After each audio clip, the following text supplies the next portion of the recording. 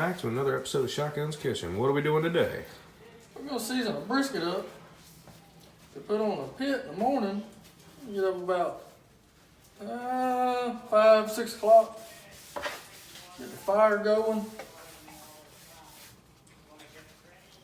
You know, if you ever, a lot of people, if you ever in Walmart, H-E-B, down south, Piggly Wiggly, you see people when they grab a biscuit, they'll bend it.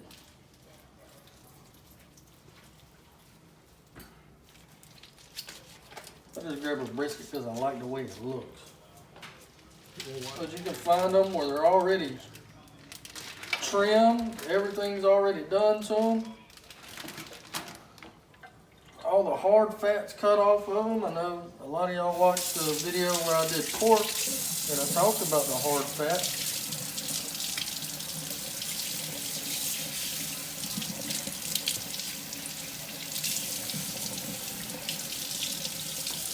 I'll rinse it off just a little bit. But see how it's bent over like that? That's going to be a good piece of meat right there.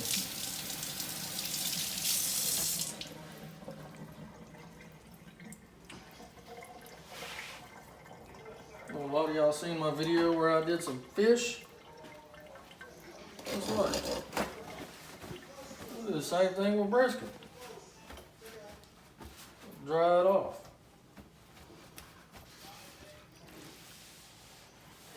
Dry a bunch of the water off. Not all of it, just a good bit of it. Get it dry.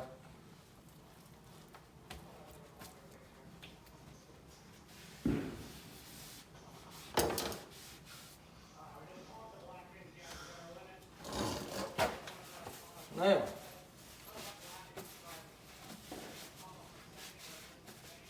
I think I picked out a really good brisket.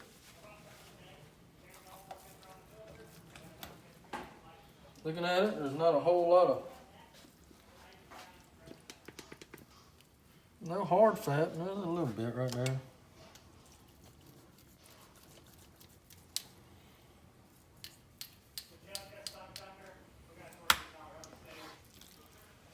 And one thing I always do is I look at, if you ever pick one up that's frozen, or you've had it in the refrigerator for a while, you'll notice the edges will turn brown.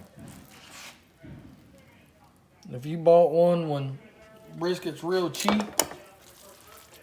which it isn't right now, the edges will be real brown, like that right there. I always take and cut that little piece off, just to get it out of there.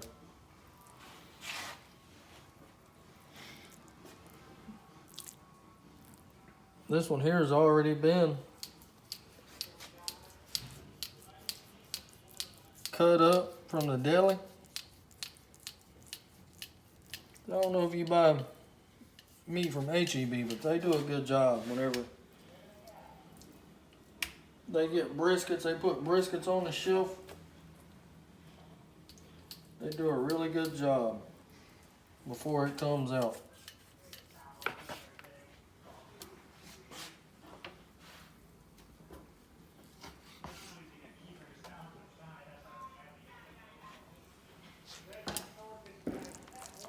You see the amount of fat? You got your fat before you hit the meat. You don't want fat that's raised up where my finger is. You want a thin, not a thin layer, but you want a good, 1/4 to 3/8 of an inch of fat down here on your flat part.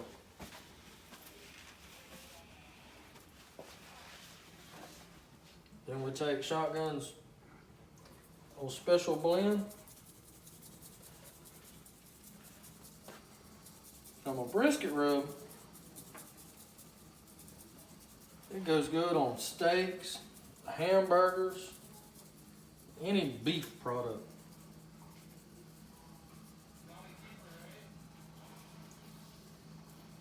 And you'll watch people, they'll coat their meat down so thick, or they'll put mustard. Talking to a buddy of mine the other night, He watched our first video on YouTube. He called me yabbering about how I didn't put no mustard on my meat. I ain't putting no mustard on my meat. Just use it as a binder. If you gotta put mustard on meat to bind it, you gotta put A1 sauce on a steak to make it taste better. All I can tell you is you don't know how to cook a steak. I watched a guy the other night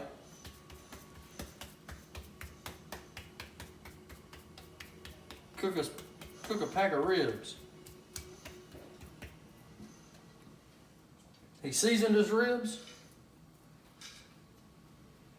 with he used 3 different seasonings. Right, Dad? 3 different seasonings. 1 coat, then 1 coat. Then he put them on the pit. Put them on for about an hour. Then he took them off and put them in some kind of butter bath. And then while they was in his butter bath, he seasoned them down again. All 3 seasonings. That's all he was doing. Now, a pack of ribs is about that thick. How like that? He had 6 coats of seasoning. And barbecue sauce, plus that butter bath. Yeah. And the mustard. And the mustard. Yeah. On 1 little pack of ribs. That's what I don't get. You don't taste the meat. I mean, yeah, it looks like I'm putting a lot on this one. If you want to, if you want to taste your meat, don't baste it down in seasoning. Like that right there. You look at the top of that fat.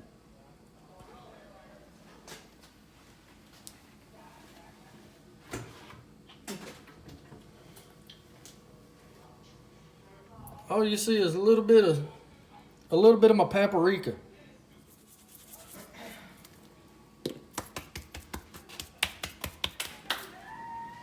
So now, if you watch my pork video, I was asked if I let it come up to room temperature.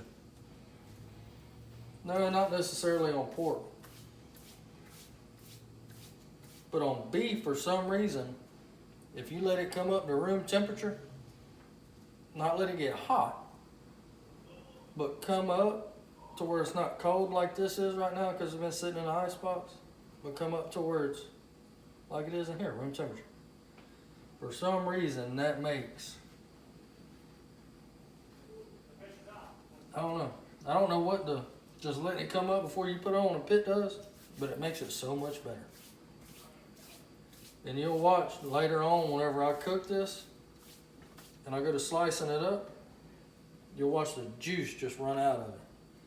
I'm not going to do a pull test. I'm not going to do a bend floppy test. I'm going to cook it the way my family likes it and the way I like it. Will it be tender? Oh yeah. Will it win a competition?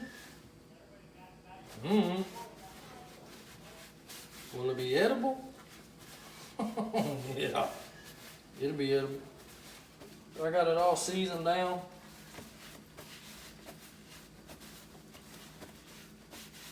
Some of my seasonings that I got in my little special bottle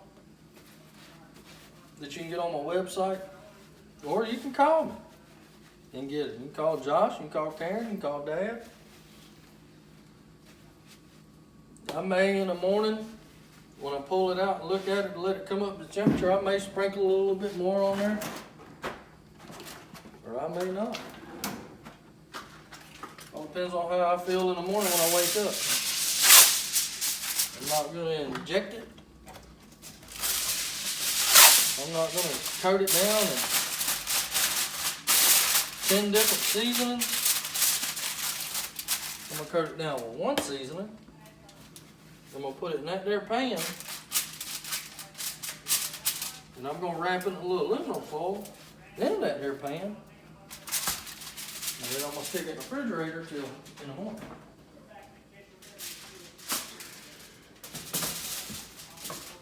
And I guess we'll be back bright and early. Bright and early. See how that process goes. This gonna take me about 13, 14 hours to cook that dude. Alright, good morning, Shotgun's Kitchen again. So I spared y'all the time of me unwrapping this. So we took it out and you can see the seasoning is starting to sit real good on the meat. You can't really wipe it off right now. So we're gonna still let this come up to room temperature, which it's been sitting out for about an hour now. And it's starting to get a little warm, so it's starting to come up. You let it come up to room temperature, it helps it break it down inside.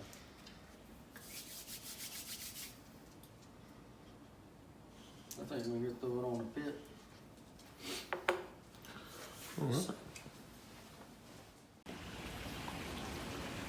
When you put it on there, you want to put it, you can either put it fat up or fat down, but you want to put it to where that smoke runs up onto that thick part of that meat. The smoke's coming in the pit like this. This is where it'll come up and it'll roll over the top of that fat part.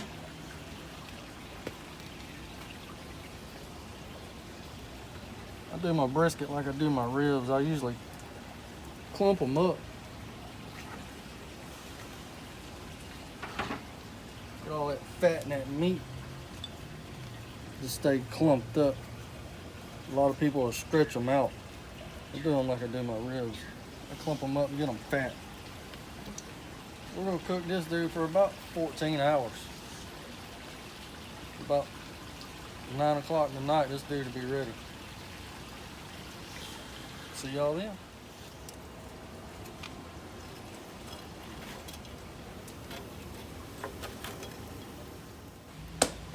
Alright, so our brisket's been on since about 8 o'clock. Got a good little temperature in it. Got a nice coloration already to it.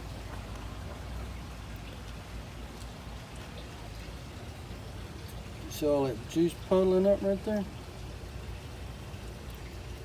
And one thing you always need to look at, whenever you're sticking your thermometers in it, don't get it down here, because there's a good bit of fat in that area. You see where your fat layer is, you always want to go straight into the meat. Don't get it into the fat, because then you're going to get, your temperatures won't be right. Get it in where your thickest part of the meat is. Right in here, where your thickest part is. Shove it right in there. That way you'll get a good temperature reading.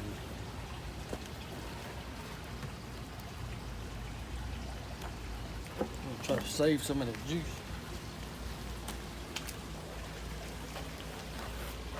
Man, it smells good. Oh, it's just always a habit for me. I'll take a stick of butter, half a stick of butter. Just set it up there.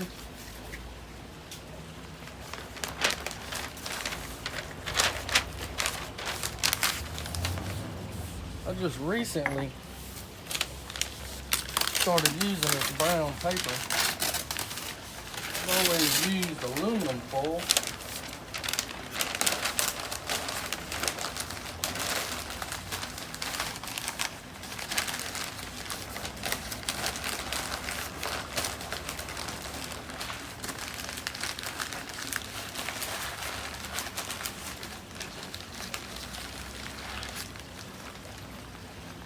Looks like a wadded mess.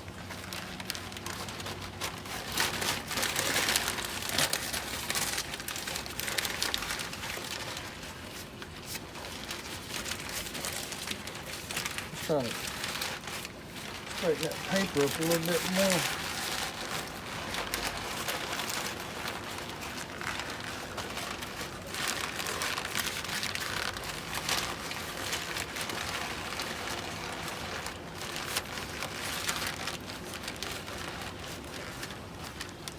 Now that you got your paper back on it, feel where that, you can feel that fat right there. You can feel meat right there. I already know that's the thickest part.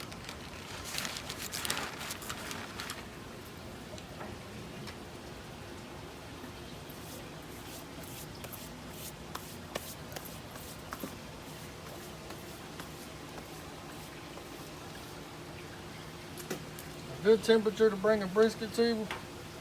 Be about 190, 195, 199. Always go a little bit above just to let that butter and that fat really render down in it. We're sitting at, it's saying 145. A few more hours, that dude'll be done.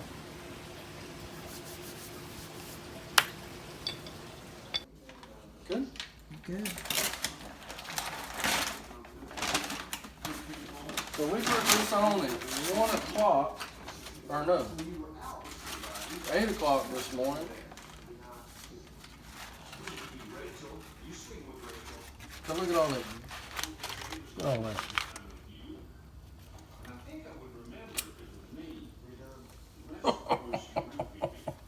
Is it good?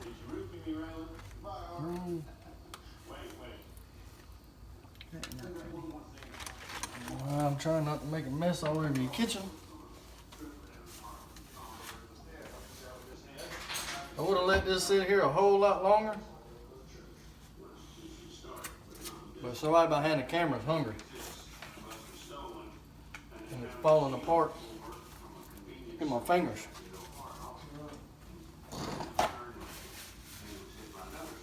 And it's still a little warm. Let me go grab my red gloves. Look at that.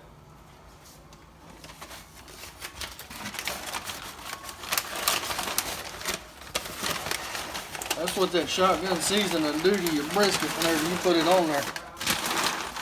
I know a lot of people, they want it bendy and stretchy, and they think they're competition cookers. They're trying to cook at home and they think they're competition cookers. They cook for your family, not because you want to show out for somebody. Look at that.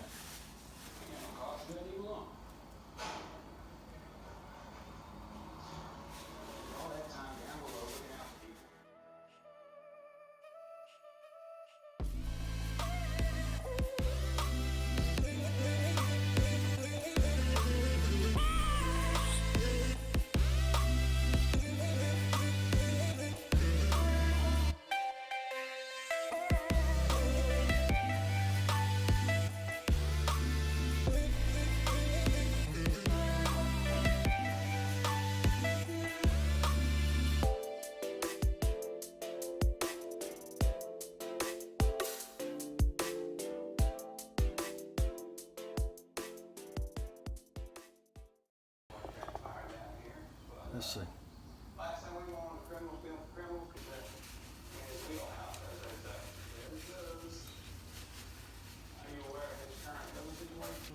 How is that? It's good. That good? Look at that, folks. Look at that bark on it.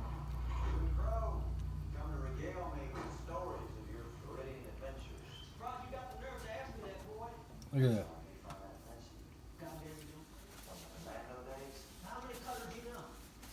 The seasonings that me and my family's developed. I ain't gonna say you'll win competitions.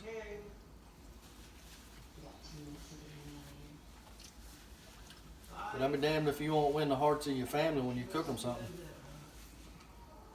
I guarantee you that. I've spent a lot of time throughout the years cooking for my family, cooking for myself. As you can tell, I cook for myself all the time. I ain't gonna say you gotta buy my seasoning to be a cook. I ain't gonna say it's the greatest thing in the world.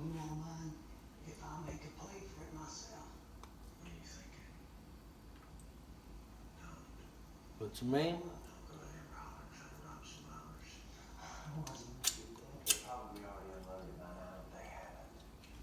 oh,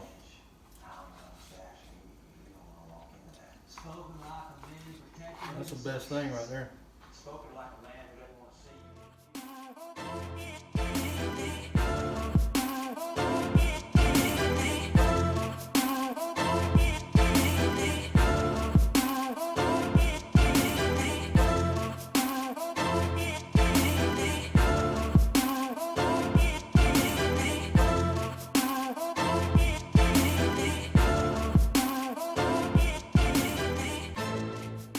a little bit of my paprika. And you see all that paprika I'm putting on there? Then my more paprikas. Got it.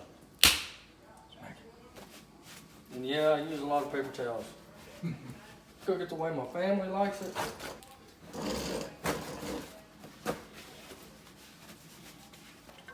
Guess what? I get yelled at all the time for how many paper towels I use. What was that? Worcestershire. I know what it does do. It'll take cramps away when you're overheated. A teaspoon of mustard when you're cramping up because you're overheated. It'll knock them cramps out real quick. People do that. I just slung it all over the floor. Worcestershire. It's Worcestershire. Worcestershire. What do I use that in? Worcestershire sauce. That'll make you do things in front of your mama you ain't proud of.